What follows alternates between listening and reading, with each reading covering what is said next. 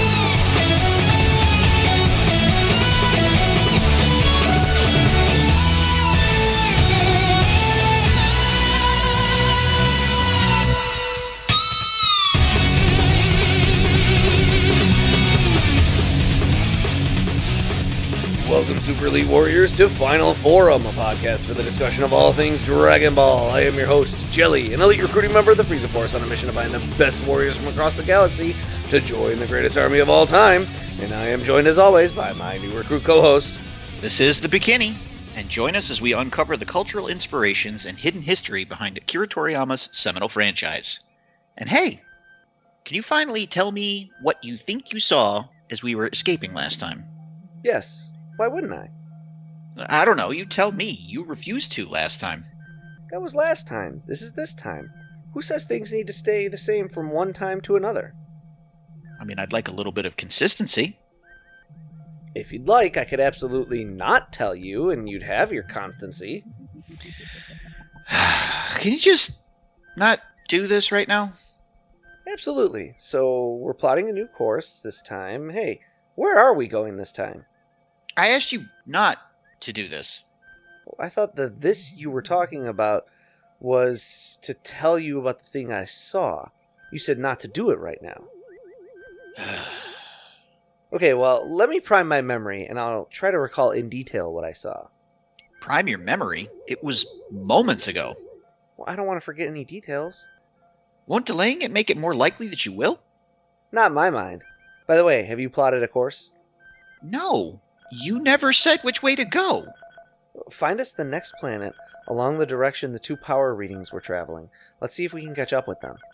You want to catch up to the two things that just destroyed a whole planet?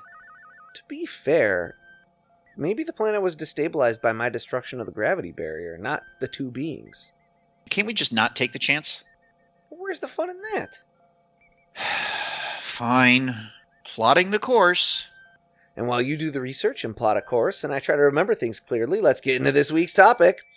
And this week, we've got another batch of episodes from Dragon Ball Z, where we will be going through 41 to 45. Correct.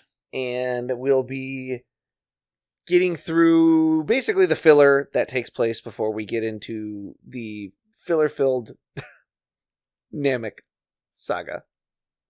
What do you mean the filler? They're on Namek right now. What could you possibly be talking about? Oh, that's right. So let's kick off our episode recaps with episode 41 titled Look Out Below. So our little space orphan shortcut seems to have done the trick. Our heroes are landing on planet Namek. It's a bit rougher than they initially planned, but they make it in one piece. That is, until the cliff beneath the ship gives way. Luckily, the fall isn't fatal, and our heroes awaken in the home of two Namekians named Raiti and Zaacro.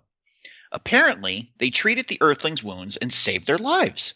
Bulma, Gohan, and Krillin decide to stay for dinner, where they discover that the Namekians have psychic abilities like telekinesis and telepathy, which is not too surprising considering what we've seen from Piccolo. They know our heroes are there for the Dragon Balls, and they seem pretty cool with it, actually. In fact, they are willing to help them. They casually scanned their brains while they were unconscious to learn everything while they were recuperating, which seems, well, somewhat unethical if I'm being honest. But anyway, they also managed to save the ship. Phew! This trip could have ended in disaster, but things are looking up. There's even 3 Dragon Balls nearby.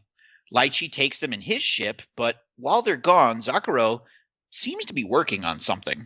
The sketchy telepathy saves us more recapping, I suppose, which is kind of nice, as that's definitely ramped up in these episodes. Speaking of catching up, what's Vegeta up to? Well, still floating in a medical pod. However, Goku is now out of his pod, but he's still on the mend as well. Back on Namek, Lai Chi and the others are investigating an old ruin when the gang sees some hieroglyphs that don't look like Namekians. Weird. Speaking of weird, Lai Chi seems really helpful, like almost too helpful. But I'm probably just overthinking it. The rest of the search leads them to an acid swamp where Gohan offers to sacrifice himself by jumping in. His dive suit will buy him 10 seconds of nail-biting tension, just enough to score another Dragon Ball. Which leads to episode 42, titled The Search Continues.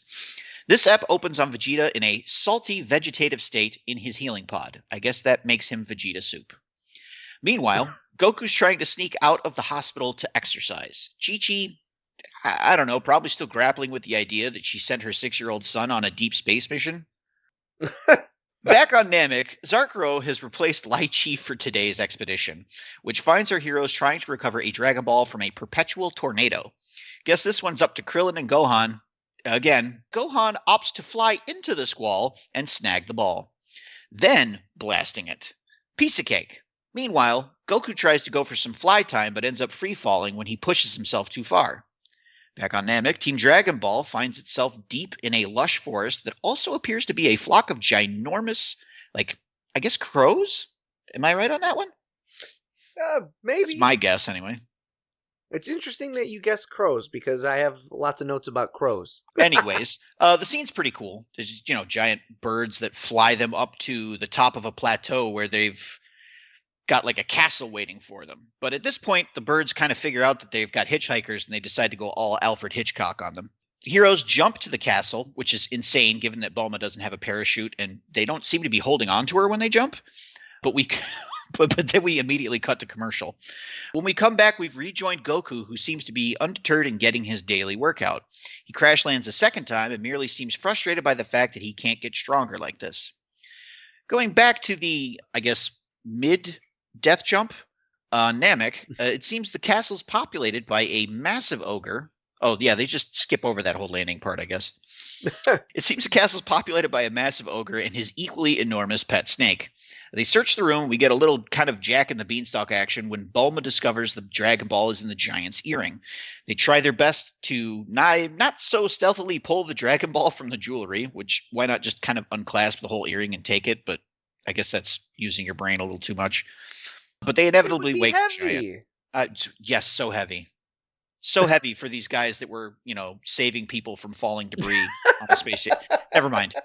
Fortunately, the giant's model plane is an actual functioning plane from World War I Earth, which doesn't really make much sense when you think about it, does it? Something seems a little fishy here.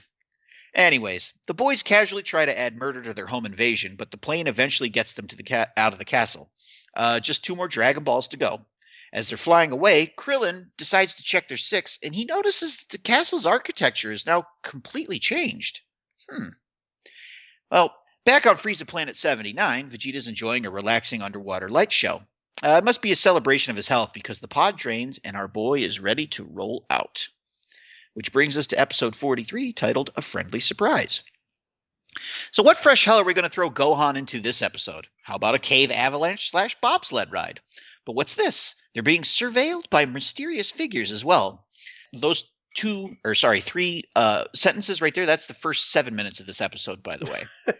A lot of padding going on. But at least they make up for it with another update on Vegeta. The salt levels continue to rise, but he departs from sickbay, asking after Lord Frieza and leaving behind his scouter, claiming that he no longer needs it.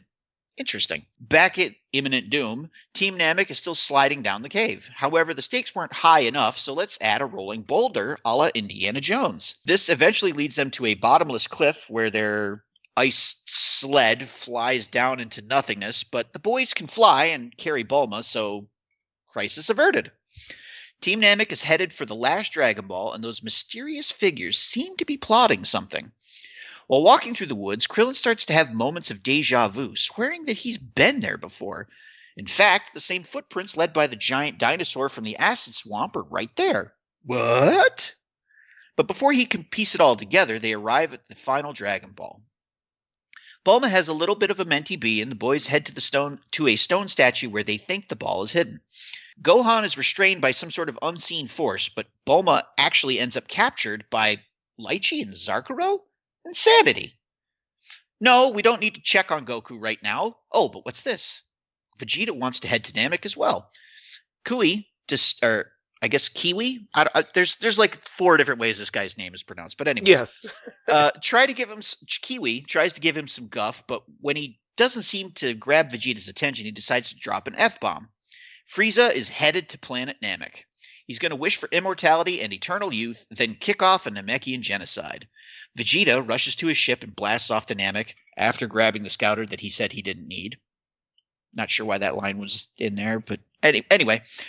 Not because he's worried about the Namekian genocide, but so he can be the one with immortality and then kick off a genocide. Back on Namek, or what we thought was Namek, Raiti and Zaacro reveal themselves to be frauds and that they're not Namekian at all. In fact, the entire adventure was a fabrication. This isn't even planet Namek. Oh, and that invisible force is actually carnivorous nautiloids, but we'll get to that in the next episode, which is episode 44, titled Brood of Evil.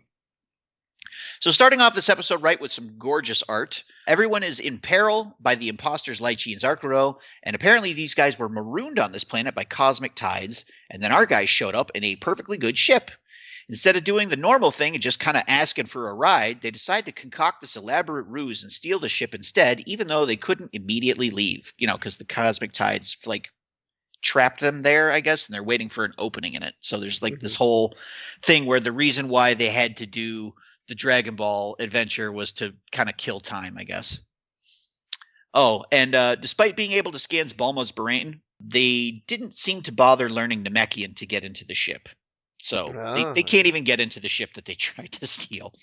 These guys aren't very good villains. No, they're terrible. Krillin and Gohan escape the Nautiloids with some clever energy blasts that look absolutely sick, while Bulma pursues the thieves and immediately gets captured. That tracks. Then lets them into the ship, which that's a real big brain move there, Bulma. Luckily, the boys show up and take them out in 3 frames. No, that's not a joke. That's literally 3 frames. Team Namek manages to escape thanks to villain monologuing, and they are soon off to the real planet Namek. But wait, wasn't that where Vegeta and Frieza were headed? Back on Earth, Goku's not only a bad father, but also a bad husband. The worst. His wife's having a bit of a PTSD moment over their son, and he's trying to sneak out so he can go hit the gym. It's messed up. Back on planet Namek, the real one this time, Bulma, Krillin, and Gohan have arrived. Landing's a little rough, though. I guess this particular ship has issues with autopilot or something. Anyways, Gohan remarks that the landscape looks a lot like the place where he and Piccolo trained. They get a scolding from Bulma for leaving the ship without proper protocols. However, the boys pick up on some strong ki. Then they spot a very familiar space pod flying through the air for a landing. They slap together a quick plan of sending Bulma back to Earth to get Goku, while Krillin and Gohan delay as much as they can, which would be about 2 months for the whole trip. Meanwhile, Vegeta tries to figure out a strategy of his own. Luckily, he decided to take his scouter after all and use it to spy on Frieza's forces. Back on Earth, Roshi receives the bad news and gets the live update of yet another space pod. Who could it possibly be? We'll probably find out next episode. Elsewhere on Namek, it looks like Frieza has quite the head start on his Dragon Ball collection. And that leads us into our final episode this week, episode 45, Frieza Strikes. So we finally get some time with Frieza, probably the most significant villain in all of Dragon Ball. He's aware that Vegeta is on Namek, but doesn't seem bothered, as Kui is hot on his tail and itching for a grudge match. Turns out that's the guy who was following Vegeta. Krillin's starting to have some reservations about staying on Namek, but a couple of goons show up to start trouble.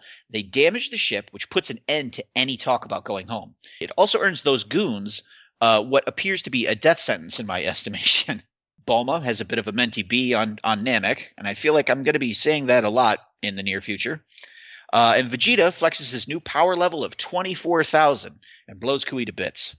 He does have a problem toying with his opponents, though, that's for sure. I wonder if that's going to be a thing for him. Anyways, Frieza's 2 right-hand men, Zarbon and Dodoria, if I remember correct. Is that right? Yeah. Yeah, okay. Are a bit worried as Vegeta is now stronger than either of them. But Frieza reminds them that, hey, guys, we don't have to fight one-on-one. We can fight dirty. But Frieza nearly has all of the Dragon Balls anyways, so I guess it doesn't really matter.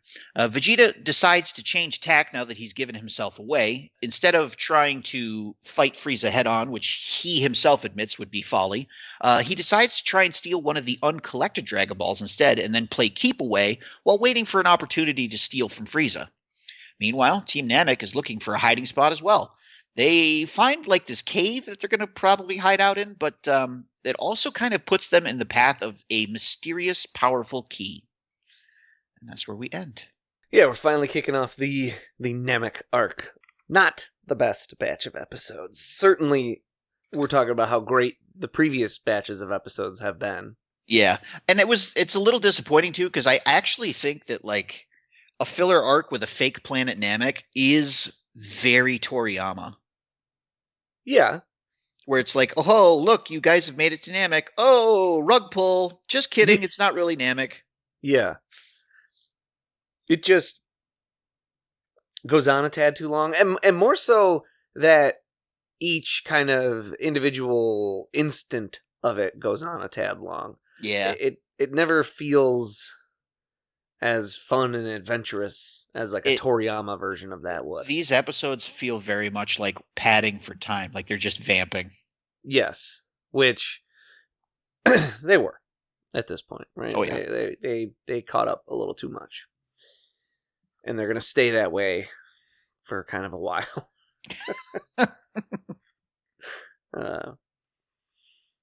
But yeah, no, not the best batch of episodes, but I do like the disparity or whatever between Goku and him attempting to start training and Vegeta's return to strength. I like that a little bit. Yeah. I like that Goku, when he first gets out and he thinks he's fine, he like immediately is not. He needed more time to rest. I like that, showing the gravitas of the battle. Yeah, it kind of, I don't want to say reeks, but it definitely smells of desperation a little bit. Like he knows that Vegeta is going to be back and he has to get stronger because Vegeta is still technically stronger than he is right now. Right. Yeah. So I have some minor notes before we get into things that are a little deeper, maybe. Okay. Raiti or lychee is named after lychee or lychee fruit. That's native to Southeast Asia. It is a sweet tropical fruit that looks a little like a raspberry on the outside, but that is a shell, and you have to peel it to get to a white flesh on the inside, and there's also then like a pit on the inside.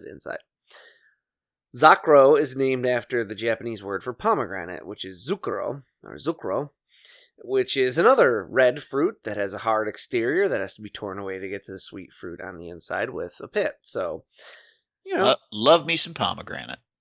I like pomegranate. Pain in the butt to peel. Yeah. Kui is named after kiwis. In the Funimation dub, he's Kui. That's kind of how he sounds in Japanese also. But in the Ocean dub, it's pronounced a bit more like kiwi, as it's kiwi. Japanese words often omit vowel sounds, so the Ocean dub seemed to be picking up more on the intent of the character's name, while the Funimation dub is more closely modeling the actual sounds of his name. So, potato type of situation for sure. Let's just call the whole thing off. All right, podcast over. Then there's the crows, or apparently they're called Treedon. Karasu is the Japanese word for crow, which sounds nothing like Treedon, and the birds only really look like crows insofar to me as they're just birds. However, in Japan, in fact in Asia in general, there is a species of crow called the jungle crow. And these crows, like when they're walking through, it's like we're in the jungle. Yeah, they're literally the jungle. Yeah. The jungle crow of Japan are large-billed crows that prefer tall environments and tend to live near cities, so they are fairly common. In Japan, crows have certain mythological subtexts, but as a part of daily life, they have some interesting behaviors as well. Crows have been known to drop seeds in the paths of cars in the hopes they get run over and crack the shell for the crow to save it some work. They also place stones on railway for nobody knows what reason, but like just for fun. Like how you would put a penny on the train tracks. I wonder if, like, maybe they're thinking that if they put, like you said, the seeds and the cars run over it and they can get something good to eat, maybe they think that there's something in rocks that they might be able to get. Maybe? I don't know. Who knows? Who knows how a bird thinks? Crows have been known to visit the public baths in Japan, turn on faucets, and steal soap. And there are also crows that are called small fire crows, which are they're just jungle crows, but they call them small fire crows because they steal lit candles from shrines. Oh, that's They're dangerous. found near the Fushimi Inari shrine in Kyoto, and they will literally swoop through the shrine, steal a candle, and fly away. They then bury these candles under piles of leaves or in thatched roofs. And it serves like the bird takes the candle, goes and buries the candle. People way later find the candle. The bird has never been back. The bird doesn't use it for anything. It serves no purpose that ornithologists know of. I mean, Alfred Hitchcock right now is super jealous. He's like, why didn't I think of that?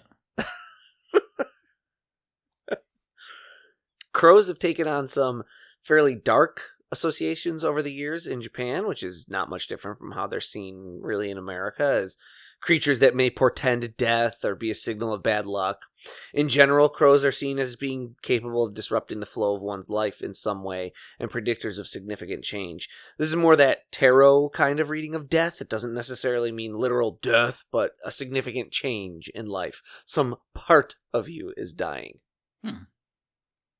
In Shimane Prefecture, it was believed that if a person kept a crow as a pet and it became noisy, it would bestow upon its owner something called kawaka biao, or dry sickness, which meant the person would eat and eat but still be hungry.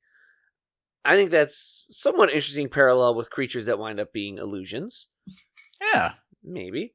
Also, so in America, to become a Wendigo, you have to eat another person. Mm-hmm. In Japan, you just gotta be nice to a crow. Okay. Also, this might be a stretch, but hey, that's what we do here. If a crow flies west, which I feel like it was sort of depicted these birds were doing. I thought they kind of flew from right to left across the screen. That would be sort of westish type of look. It's predicted the weather will get worse. That could be a signal that the obstacles will be more in these episodes. Or maybe it's a reference to the cosmic tides. See how it goes. So there are a lot of really neat little tidbit sort of myths and folklore about crows in Japan, with there not being a whole consensus really, but kind of just generally believing that they have deep spiritual connections to the world. They're sometimes seen as gods, sometimes as punished humans who have been turned into crows for wearing their clothing inside out, which seems like a harsh punishment for such a small mistake, but okay. And sometimes being demons who light houses on fire and must be appeased to prevent them burning down your home, which, I mean, you know, if I had crows trying to bury lit candles in my roof, I could see why you would make that leap in logic. There's also a lot of interesting folklore where if you get dirt in your eye or fall down and bump your butt or little things like that, little inconveniences, you're supposed to make some sort of gesture or short prayer-like utterance and wish for this simple annoyance to be bestowed upon a crow. There's also the story of the Yatagarasu, a mythical crow said to have been a guide for Emperor Jimmu on his ascension to become the first emperor of Japan and make Yamato the capital, thus making crows historically be birds of guidance. We don't want to get too far down the Yatagarasu path, though, because he was said to have 3 legs, and these birds do not have 3 legs. But still, it informs the idea of crows being sort of like harbingers. All this because we saw there were jungle crows in Japan and thought it was interesting that this episode made a jungle of crows. As for the place where... Yeah, that's pretty good. As for the place where the Treedon take our characters, there's an obvious reference here to Jack and the Beanstalk, with it being a giant in a castle above the clouds, and our main characters must steal a golden prize from him. Jack and the Beanstalk, as a lot of you probably already know, is a story of English origin originally published in 1734 featuring the character Jack, an archetypal English character who is meant to be just a generic Englishman. He's Jack the Giant Killer, Little Jack Horner, Jack Frost, Jack Be Nimble. It's not meant to be a contiguous character, but rather a prototypical young Englishman with many of the same recurring qualities to tell interesting or moralistic stories that English boys could relate to. Now, the story is far older than its original publishing, with some historians arguing that it may date back as far as 4500 BC. The earliest versions of the story feature the quote-unquote hero hiding in a man's house, gaining sympathy of his wife, and then robbing and killing the man, and over literal millennia changed to be more moralized and retributive, with the man becoming a giant who obviously wronged the hero or the hero's people in some way. Some versions mention that the giant has been eating oxen and children from Jack's village and is responsible for the poor conditions in which Jack is living at the story's beginning. Now, the story's become known the world over, and there's even a 1974 Japanese animated film called Jack and the Beanstalk. It's less anime in nature, as it was modeled after Western animation. But the film was distributed by Nippon Herald Films and produced by Group TAC, who also produced an animated version of The Tale of Genji, which you might remember us mentioning in our King Kai episode recently. Group TAC also produced Nadia, Secret of the Blue Water, which is a Hideaki Anno project, and the 1994 Street Fighter II movie, which is awesome. Go see it if you haven't. Please do. It's really good. It's been on my list since we mentioned it. I can't remember when we mentioned it. It's not like high cinema. It's just like a really fun movie to watch. Yeah, we might have mentioned it along with like the Transformers movie back when we did that. But it's a good time. Plus, you get to see Chun-Li fight in a bath towel, so that's pretty cool. They went bankrupt in 2010, unfortunately. We're talking about Group TAC again. Their Jack and the Beanstalk movie features the voice talents of Masachika Ichimura, who is well known for being the voice of Mewtwo and the Japanese dub of Jack Skellington.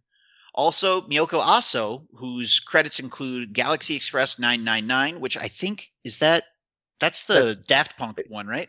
No, Daft Punk is Interstellar 555. That's it. It was something similar. I'm kind of on the right track. Anyway, so Galaxy Express 999, Ranma 1/2, Yu Yu Hakusho, great show. That's another good one. Inuyasha and Full Metal Alchemist. And here's where I'll chime in on this Jack and the Beanstalk and say, also providing her voice talents is Kirin Kiki. And she would go on to appear in a movie. She goes on to appear in a whole bunch of movies. But the one that's notable to my specific realm of interest is called Rex, a dinosaur story, which I could go on for a really long time about. But it's a Japanese film from 1993 that features a child befriending a baby T-Rex and was Shochiku's highest-grossing film of all time until 2001. Everything mildly normal ends about it right there. That's it. Those are the most normal things that you could say about Rex, a dinosaur story. It was made to cash in on Jurassic Park. It takes place on Christmas and features Rex dressing up as Colonel Sanders and stealing his Santa Claus cloak and then escaping from the bad guys on a snowmobile.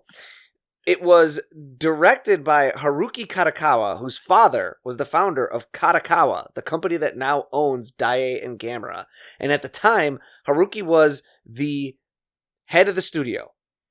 He was also directing this film. He was also the lead producer of Katakawa films, and his success in the 80s and on into the early 90s with a whole bunch of other films, he produced like 70, 80 films throughout his career, caused him to be hailed as the savior of Japan's film industry, because in the 70s, we've talked about when we do our like Matsuri discussions, in the 70s, Japan's film industry bottomed out, and studios were either forced to shutter, turn to softcore adult films, or put out these Matsuri cheap films in order to just keep the lights on.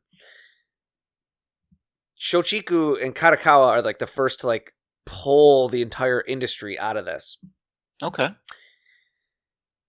he's hailed. He's well thought of. He makes this movie, which is a fever dream. It's a cocaine fueled fever dream unto itself. So literally, he's like, I mean, for the Jurassic Park parallel there, he's the Steven Spielberg of Japan. Would that be accurate?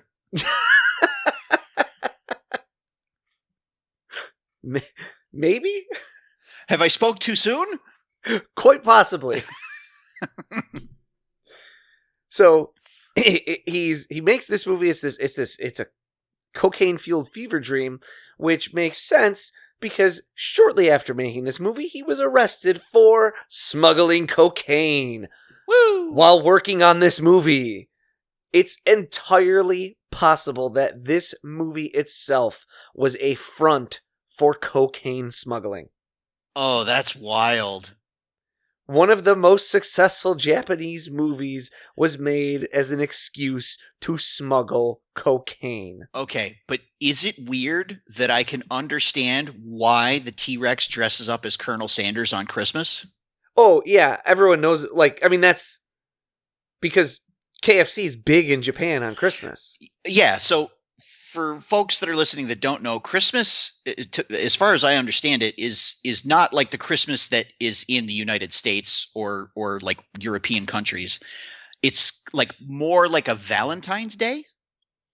And then one of their things is like everyone goes out and buys KFC for dinner on Christmas. Hence the Colonel Sanders reference. Yes. It's crazy. It's just crazy to see a baby T-Rex dressed as Colonel Sanders and stealing his Santa Claus cape. I mean, I'd watch that. The movie is... Here's a single sentence for this movie that I got from our friend Kyle Bird. He said, what do people think when you tell them, quote, "This Japanese studio spent more money than God on a movie about a baby T-Rex who learns how to golf, then gets in a food fight, steals a Santa cape from a local KFC to evade marketing executives on a snowmobile, and also part of the budget went to the studio head's cocaine ring and got him arrested." I mean, I feel like we could maybe devote a second podcast just to this movie. It's awesome. It's crazy. It's such a fun... It's also, by the way, because it's like a kid's movie, it is actually charming. Amazing. I'm going to have to check it out. But anyways, back to our giant. He's revealed to be a stone monster, and Japan has a bit of a history with stones being considered special, specifically the Seisho Seki, or Killing Stone, which is a stone in the volcanic mountains of Nasu in Tochigi Prefecture, an area famous for its sulfurous hot springs. The Seisho Seki is said to kill anyone who comes into contact with it, harboring the spirit of a nine-tailed fox that was working with an evil daimyo to kill the emperor. In 2002, the stone split in two, actually. And if there's not some short fiction or something about that releasing the kitsune spirit that goes on like a killing spree, I'm very disappointed in you, Japan. There's got to be something. I would hope. Like the stone splitting was such huge news. I remember hearing about it. I don't. Oh no, wait, maybe I'm thinking of a different one. I think there was another one that was just a few years ago, but it was something similar, if I remember correctly. I don't know. You get a certain age, and time just all kinds of start to bleed together. Very weird. Yeah. Yeah. This batch of episodes also features the Nautilus-like monsters of fake Namek. Nautili are pretty interesting, as they exist all over the Indo-Pacific region, meaning they can be found anywhere from the eastern coasts of Africa to the western coasts of Hawaii, as far south as Australia, and as far north as like Japan and coastal China. Mm-hmm. Nautilus shells have been extremely popular throughout human history, in the West originally becoming featured in cabinets of curiosities due to their unique appearance and shape and properties.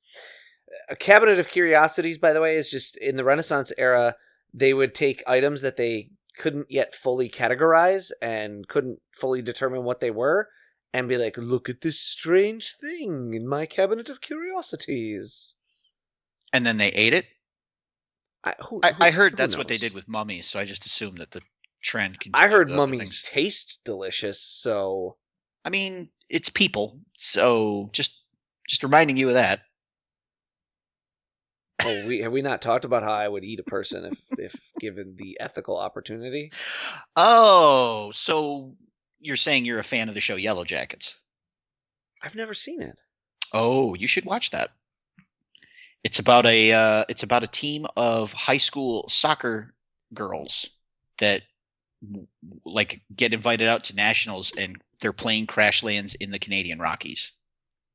I'm saying I heard the story of the German man who put out a personals ad saying, looking for someone to let me eat them, to which another person replied, and over the course of the next several months, they ate pieces of this guy, and I think, hey, that's what they wanted to do.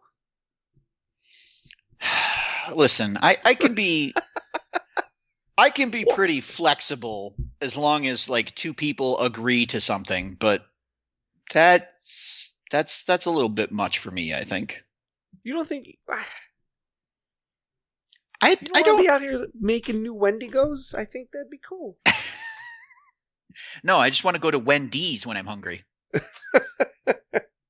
You hungry? Yeah, let's Wendigo.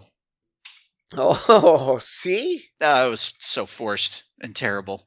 But back to Nautilus shells, they take special notice in the West because of how closely they follow or resemble to follow the golden ratio that can be found in all living things and is based on the Fibonacci series.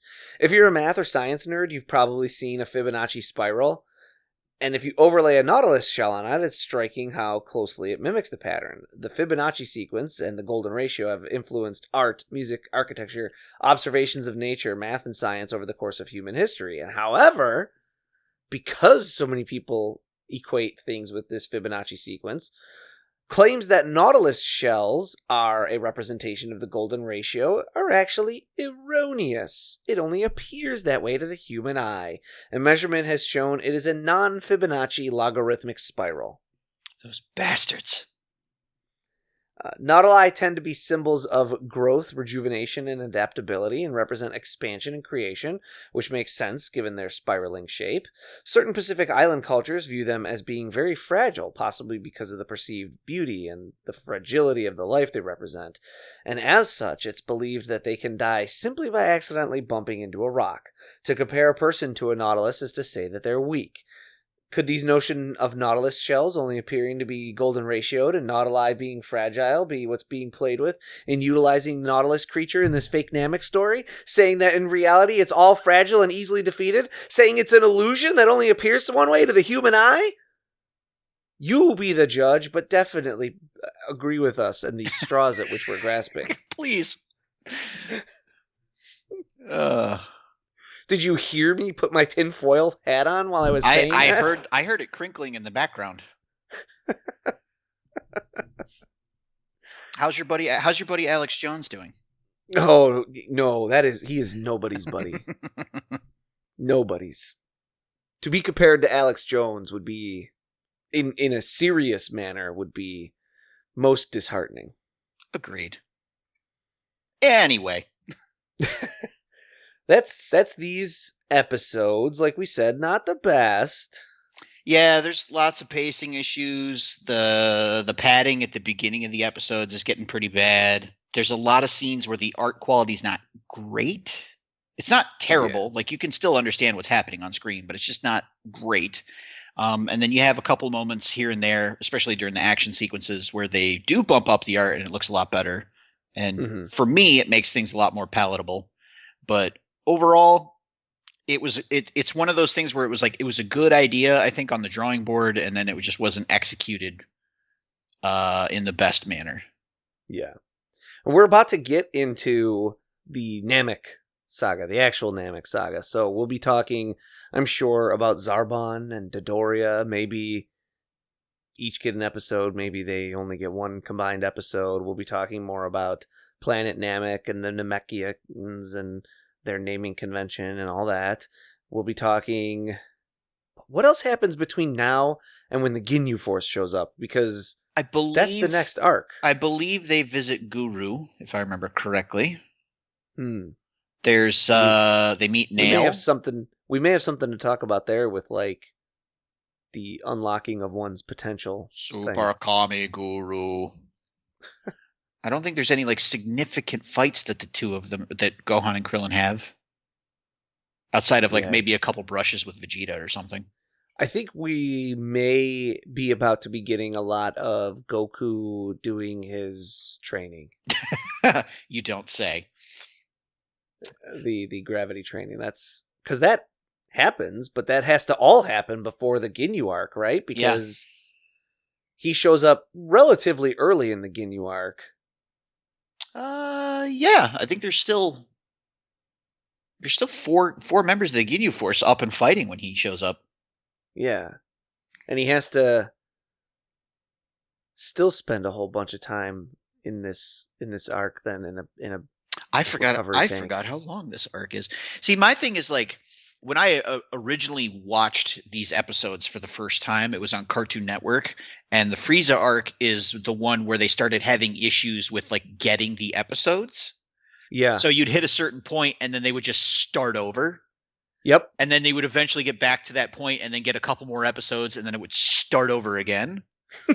So I feel like my initial perceptions of how long this arc was were kind of like thrown out of whack because of that. So I'll be interested now that we're going to kind of like get through it at a much faster pace than that to see if I still have issues with like the length of this arc. Yeah. That's going to be... It's kind of like when we went through, for me, like when we went through the Red Ribbon arc, and I mentioned, like, I've attempted to rewatch through Dragon Ball, like, several times in my life, and a few times gotten distracted by one thing or another along the way, and it almost always happened in the middle of the Red Ribbon Army arc. And so it makes that feel like it's been going on forever. Then you watch it, and it kind of does, actually. I don't know. Maybe I'm setting myself up for disappointment. I don't know. But yeah, that'll be an interesting thing to keep an eye on is how we feel about, especially these episodes, and then like the episodes leading up to the fight, the actual fight against Frieza, where Goku's like just in a they throw him in a healing pod, don't they? I think. Yeah. And see if it's all as long and torturous as we remember. Probably fairly close. It feels like we should probably do a manga review before we get to the end of Frieza. Okay, I'd be down with that.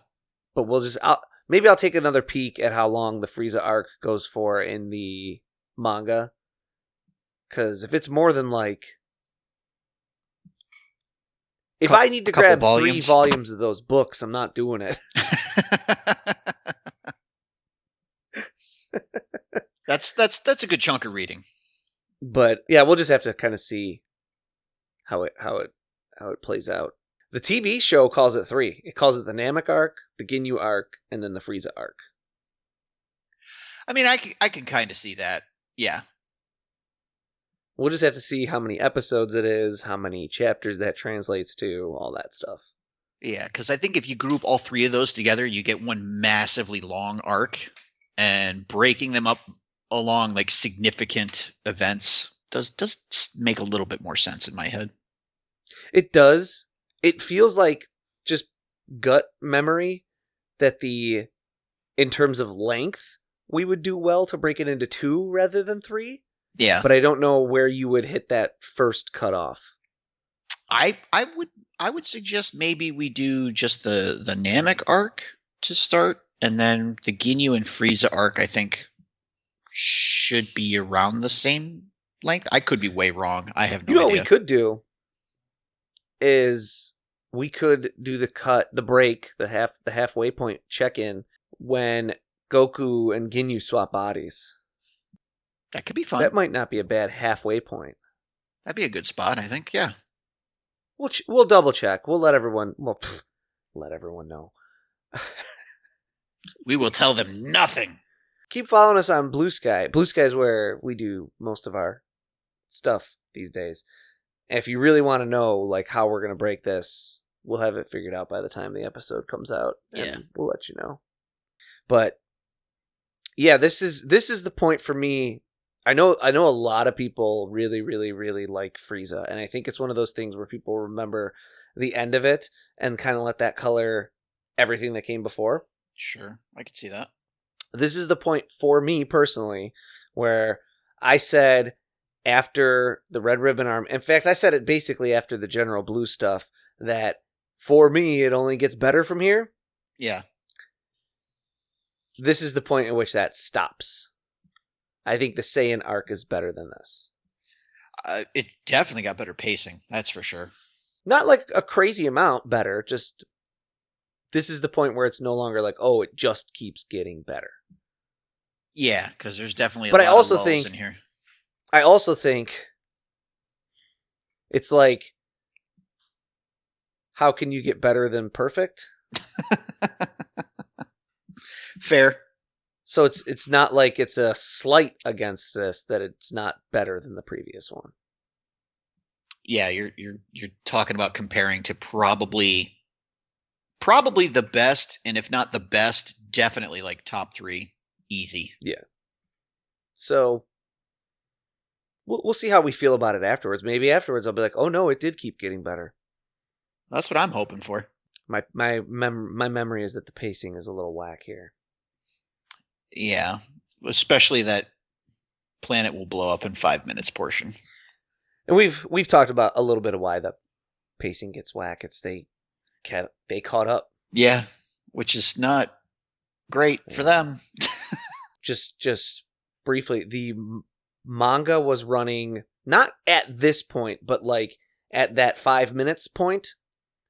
The manga was running only something like 12 weeks ahead of the anime, which, if you know about how long a cartoon takes, it's about 12 weeks. Yeah, so they're like, okay, we have to make an episode out of all these latest chapters. Oh, and let's make sure we pad for time, because we're definitely going to need it. It was almost literally like, hey, we just ran out of storyline again. What do you got? And here's the latest chapter. And it's, you know that 28 pages of manga does not make 28 minutes of TV, right? Absolutely does not. And they were like, well, make it happen. And make it happen, they did. It's like first of all, the actual thing, I think it was Nishio we talked about, was like, one of his proudest moments was when he was given 2 panels and told he had to make an entire episode of what happened between those 2 panels, and he did it. That's quite the brag. Yeah. I think that was a Nishio thing. It's like the Futurama joke where the single female lawyer episode. Single female lawyer. It took an hour to write it. I thought it'd take an hour to read it. It took Toriyama all week to write this manga. I figured you should have weeks worth of episodes. Yeah. Makes perfect sense. No, sense. is that how it works? Ugh. I think that's about all I have for this batch of episodes. Yeah, that's all I got, and I'm kind of glad to see the end of them. Yeah, hopefully it gets a little better from here. I know that it does, because Zarbon and Dodoria have some cool battles. Yeah, so no, it absolutely does get better. It's just kind of like this. It's that high of the Saiyan arc, and then this is the lull before, everything on Namek starts kicking off and getting better. Yeah. So can we get back to what you think you saw? Did you plot us a course? Yes. Excellent. Where are we headed? Why can't you just tell me? Because you're the one who plotted the course. Oh, not the court. Tell me what you saw. You didn't want to listen to me last time. Maybe I don't want to tell this time. I need to get out of here. A spacewalk? Seems unnecessary. Well, it's time to sign off, listeners, with a stalemate between my shipmate and I. Who will break first? Bekinney in telling me our next bearing, or me in telling him what I saw? Stalemate? What are you talking about? I'm absolutely completely willing to tell you. You're just weaponizing everything I say and twisting my words. It's an epic battle to see who breaks first. Who has the superior strength of will? Find out next time and help us achieve our final forum.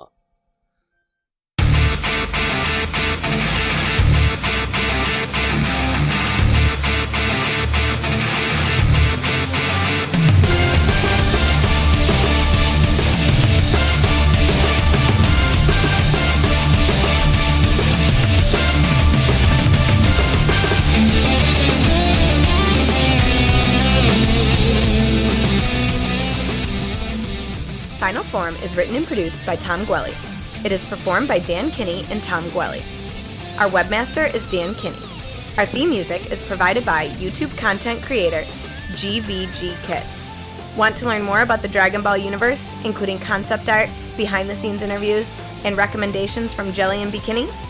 Connect with us on social media. Like us on Facebook, follow us on Twitter at Final Forum Pod. Make sure to subscribe, rate, and review wherever you receive your podcasts. And of course, make sure to share it with your friends and family and help us spread the word of the glory of Lord Frieza.